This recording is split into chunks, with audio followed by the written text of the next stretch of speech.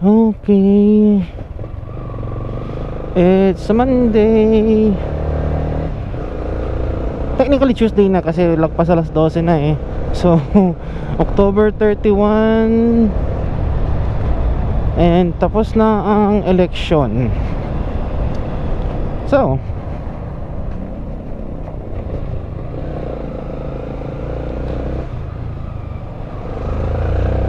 eto tayo, papasok na naman sa opisina. Holiday karamihan sa mga sa mga regular na tao. Oh, nahanap ng booking si kuya yata eh. Move it. Anyways, going back dun sa sinabi ko, today's date is October 31, holiday or Halloween of 2023. Spooky! Parang iba yung dating na Spooky! So ay, natawa lang ako kasi reminiscing the Halloween days of my childhood. Basta before Halloween or before Undas, yan yung mga mga panahong katatakutan. Ay, katatakutan, mga kwentong katatakutan. Spooky.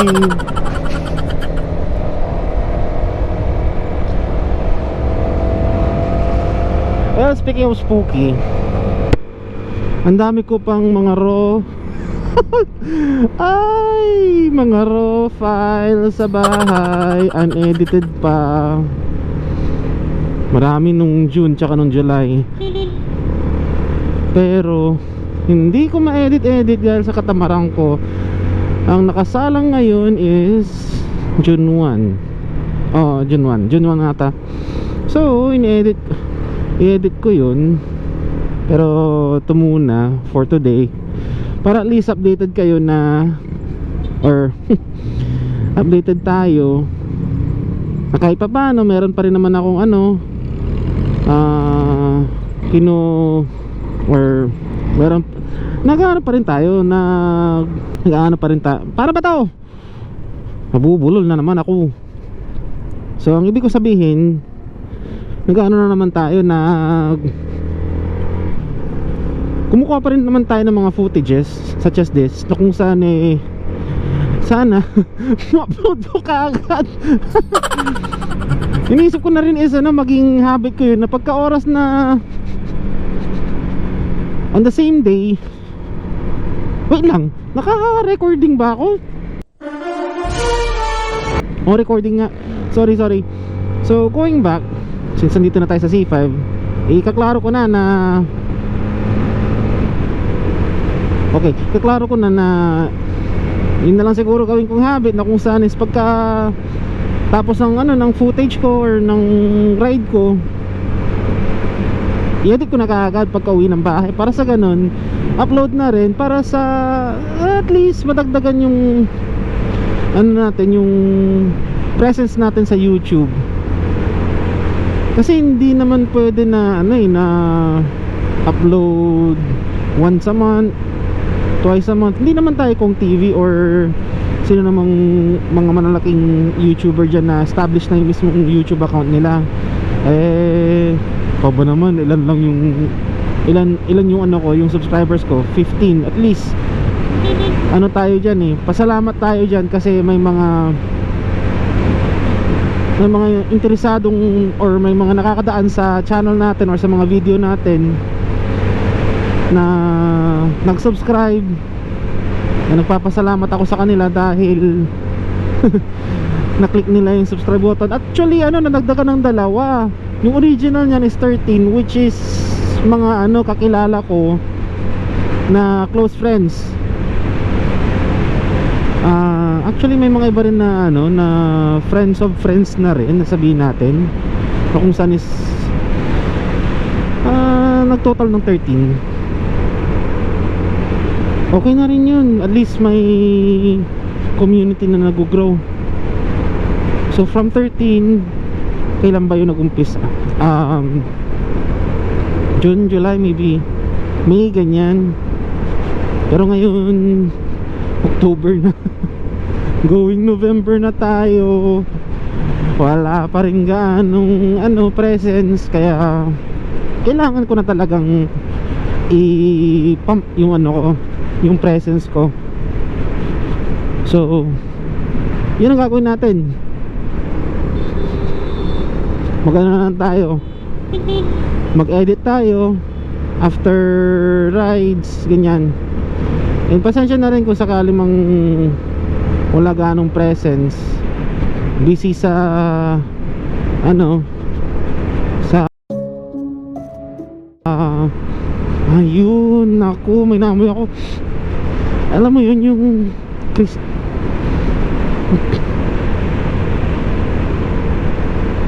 Kinilabutan ako doon. Basta may something doon sa part na yun after ng Shell. Ramdam ko pa rin siya. Bubusin na lang ako para nako. Alam ko yun, alam ko yung amoy na yun. Hindi siya patay na or naagnas na amoy. Amoy niya is yung bulaklak sa Baguio na parating nabibili sa may sa may grotto. Hindi ko na alam kung anong pangalan doon, pero basta mamaya post ko pakita ko yung picture and yung mismong pangalan. Baka mamaya pagka in-edit ko to maalala ko.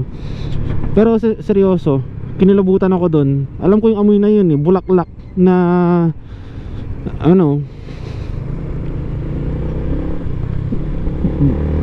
bulaklak siya na parang nalalanta na hindi ko maintindihan. However, yun talaga yung amoy na alam kong may something pero tama na muna yan. Okay na tayo, spooky. Ayun na tayo sa spooky. Ay nako, spooky. Nag-red light tayo, spooky. Lahat na lang spooky, nako naman. Ay.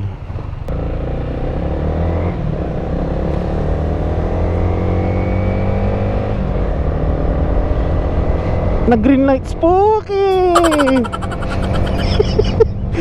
Ay naku, ewan ko bang kung ano nangyari na sa akin ngayon. Ay, spooky. Hindi lang yung talagang part na yun. Ewan ko ba, kinilabutan ako bigla. Anyways, ganito na yan, malapit na. Home stretch, work stretch pala. Work, hindi home stretch.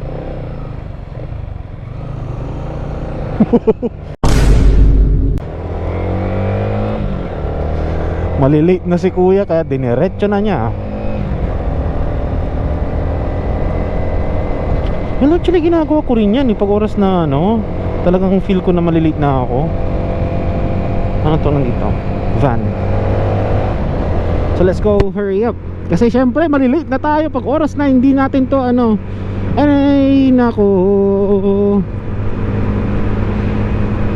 Dumating ng 2 minutes before shift. Spooky. Wala lang, sa Halloween so spooky. Ewan ko ba, mamaya manggugulo ako sa opisina. Pero syempre since malapit naman na ako, as I said, yun na lang yung mismong promise ko. Every time na may bagong footage, edit, upload yung mga backlogs. Subukan ko na i-edit mga yun every now and then. And it's a green light, sana umabot tayo. Okay, umabot nga tayo. Nag-green light pa pala yung going left. Anyways, parking na. See you all later. Kung ano man yung trip kong gawin mamaya, babu.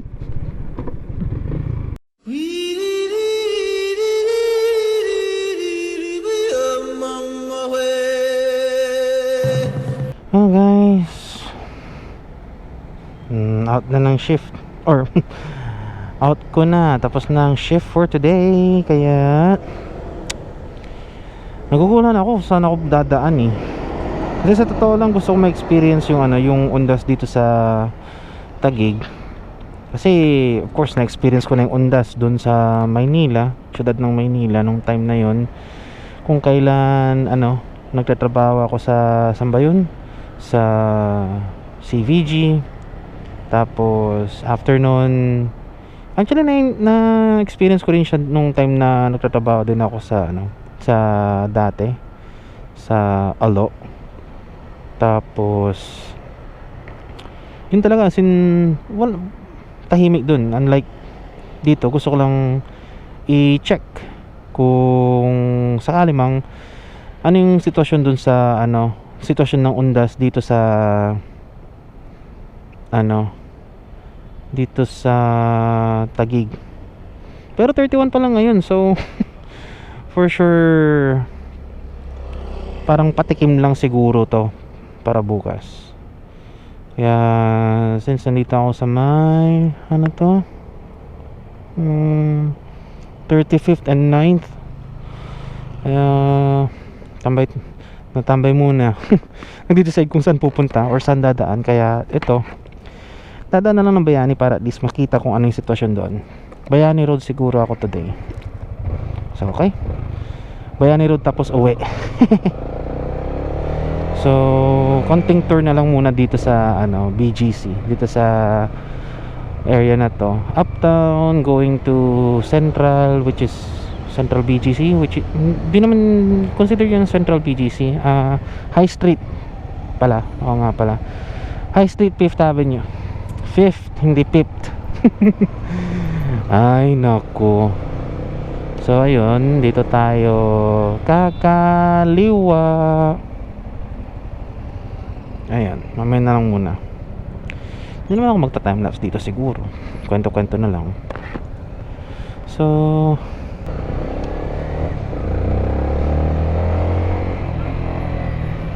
dito tayo.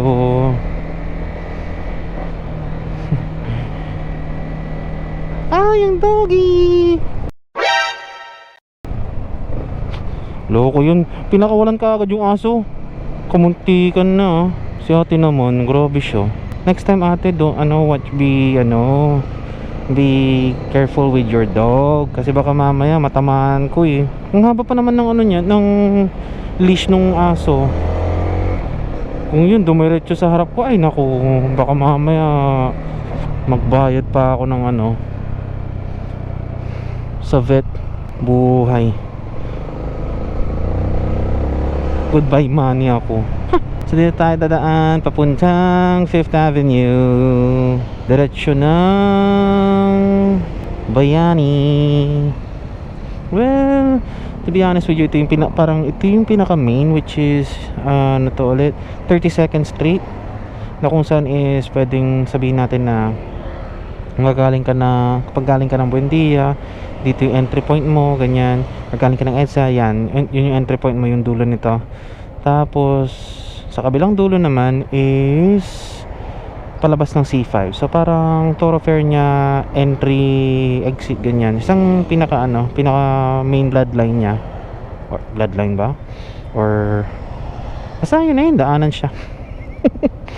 Main kalsada. Well, sa mga sa mga nakakabisado dito, entry point and exit point magkabilang dulo nitong kahabaan na to. Then dun sa kahabaan na yun, which is papuntang C5, dun na yung mismong part na kung saan may nandun ang market and SM Ora. Nagtataka kayo bakit to naputol. Ayan, kaka-fasten ko. Pero tingin ko papapalitan ko na rin to, or tatanggalin ko tong na to. Then gagawan ko ng parang panibagong fastener, pero hindi ganyan. Kasi syempre mahal din kasi nito. Gusto ko lang naman paayos kung sakali man. Tingnan kung paano gagawin nila dun sa pupuntahan kung nag-aayos ng mga ganito, mga gloves. Original Komine yan from saan nga ba yun? Moto Market. Moto Market, Magallanes. Magallanes ba yun? O yung kahabaan kasi ng ano yun eh, ng Chino Roses eh. Magallanes kasi is yung dun sa may ano, parang ako na sumagot nun. I'm sorry. Okay. At ang init.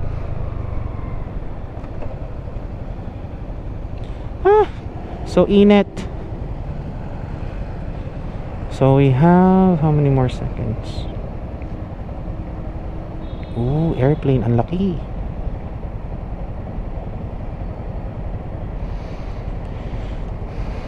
So ganito ang okay, so pansinin nyo, ganito kalaki, ganito kaluwag dito sa BGC, lalo dito sa may 5th Avenue kasi busy to every day during weekdays kasi maraming mga corporate offices dito na malapit. Kaya number 1 is dito sila madalas pumupunta para kumain, bumili ng food dyan sa may ano, dyan sa may high street and mga kalapit na ano, restaurant. Ang daming restaurant dito sa totoo lang, kaya hindi kayo magugutom. Well, it's a matter of choices kung anong bet nyong maging choice. Pero sa totoo lang, kung kayo naghahanap din ng mga ano dito, sabihin natin mga sakto or budget friendly na kainan, meron din naman dito mga Jollibee, McDo, yan. So hindi kayo talaga mawawala ng choices. Anyways, tulad ng sabi ko, gusto ko lang talaga ma-experience kung gaano ka traffic dun sa may Bayani Road or gaano karaming tao nandoon, ganyan. So share ko na rin yung mismo experience ko na yan kasi parang first time ko rin na dumaan doon on the season, ganyan. Ito kasi is main thoroughfare din to. Ito palabas ng Pasay, yan.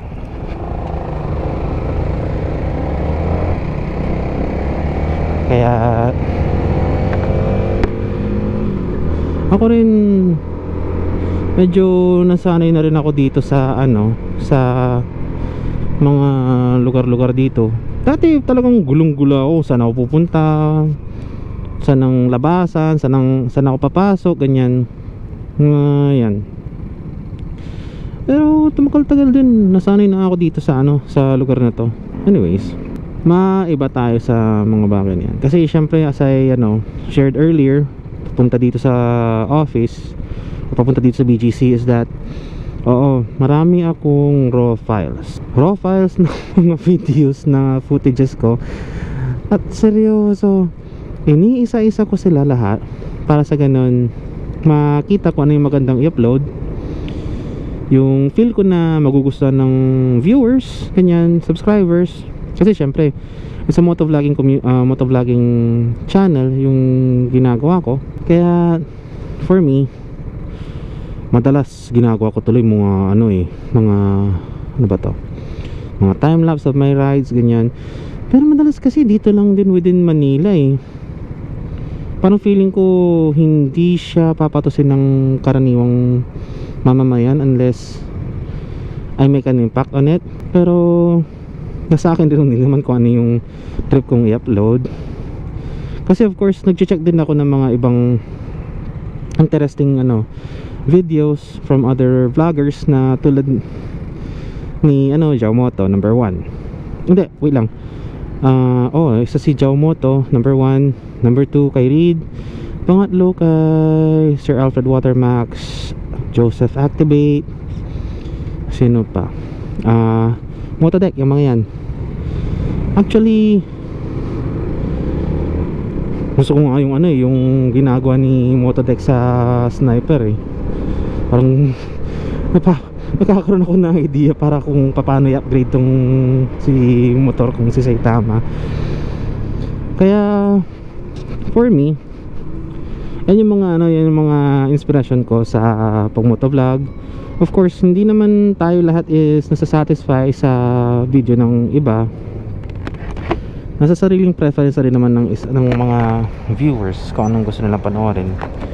Say for example, for me, Sa akin lang din is review ng mga motor, ano pa, review ng mga upgraded parts, ganyan, yung suspension or mga big bikes. Of course, hindi na mawawala yan sa motovlogging community kasi madalas yung mga nakikilala sa mga ganyang sa community na yan, community ng motovlogging influencers is mga naka big bike.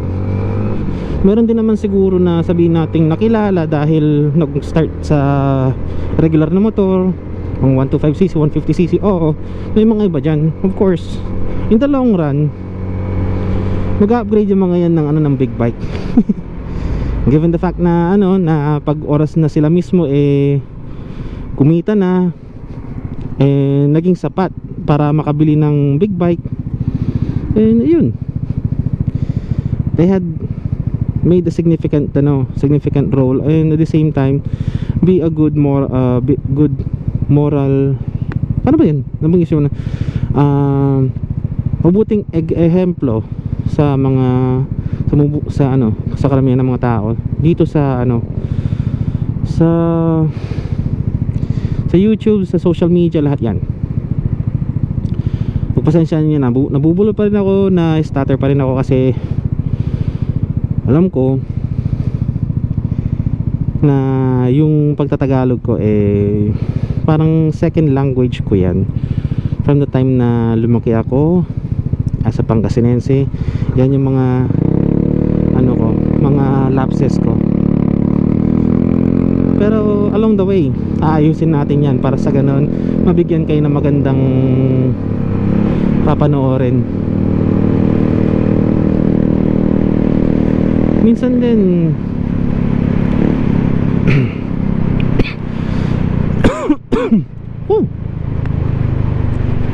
ramdam ko pa rin yung pag-ubo ko.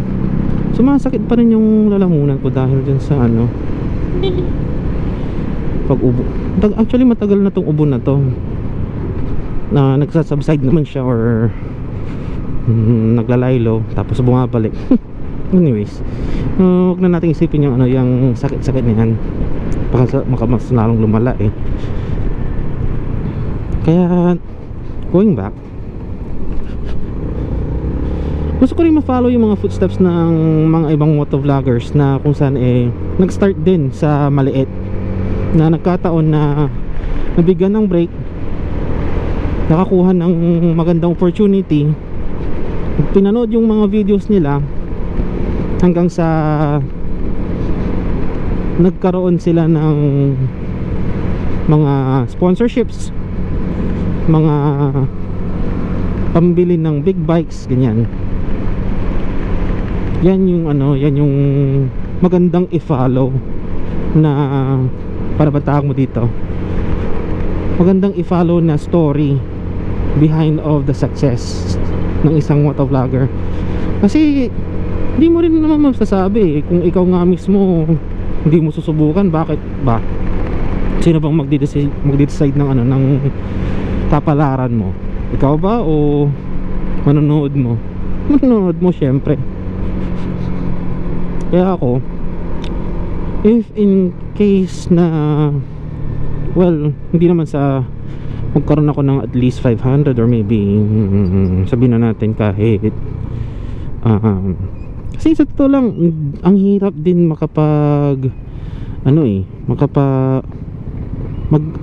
mag-monetize sa mismong mga sa pag-upload ng videos, kasi may mga requirements yan bago ka kumita. Of course, pagigihan nating ma-atim yung mga goals na yan para sa ganun mag-monetize din tayo ni YouTube.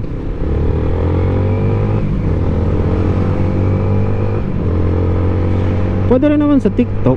Actually, sa akin lang din naman is yun din yung bala ko yung sa TikTok is mga shorts, of course, mga reels. Yun lang din naman hindi naman ako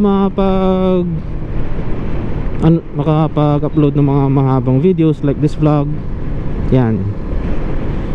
So random talks lang tayo, sa totoo lang, for now. Kasi however I look at it, wala naman akong wala naman ako may pagmamalaki na big bike sa motovlogging community.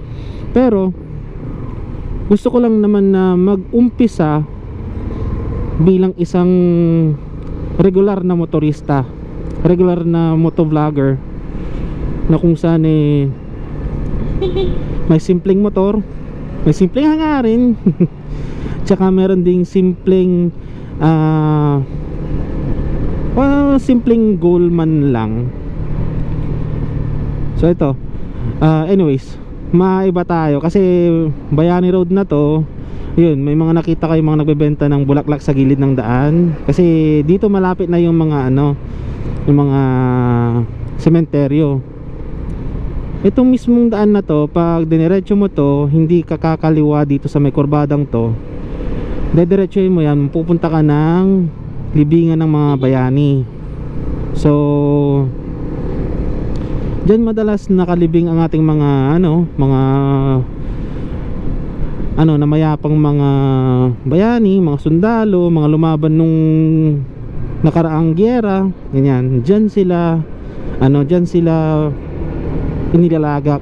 Kasi syempre, they deserve the praise and the respect of a hero. Kaya they deserve to be there. And guys, abangan nyo yung mga magiging review ko sa mga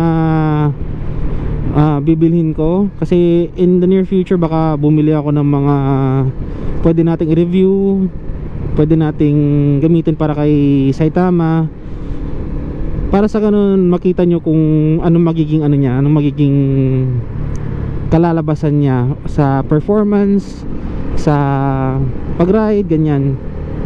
Mga moto gear din, jackets, yan. Jackets with padding, t-shirt with padding, or motorcycle long sleeve with padding, ganyan. Yun yung mga i-review ko. And at the same time, of course, syempre, kung sakaling bibilihin ko, ibig sabihin nun, I'm just doing it for the fun na i-review ko para magamit ko dahil binili ko. Yun. Hindi yung tipong gagamitin ko dahil sponsoran ako, hindi yun. Gagamitin ko siya dahil binili ko. Yun ang purpose ng mga magiging review ko. Now, kung pala rin man, tsaka bigyan din ng sponsorship, why not? Pagpapasalamat ko pa.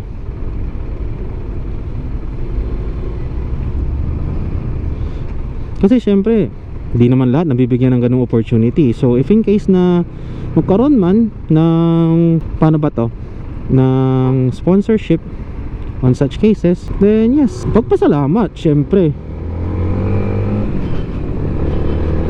Tapos kung sakali mang sabihin natin na magkaroon man tayo ng mga stints or mga offers, gagrab ka agad yan, wala nang dalawang isip pa. Pero of course, igagrab dahil gagamitin, hindi dahil sa igagrab ko dahil sa pera, no. Ang mahalaga dyan is igagrab dahil gagamitin. Yun yung sole purpose natin, upang sa ganun sabihin natin na meron tayong magagamit na motor oil, magagamit na gulong, mags, swing arm, yan, iba't ibang parte ng ng motor. So yun yung natin, pagpapasalamat natin kung sakali mang magkaroon tayo ng sponsorship. So yun na nga muna. Salamat sa pagsama sa akin. Dito ko muna itatapusin tong vlog. So itong mga batang to, nay sus!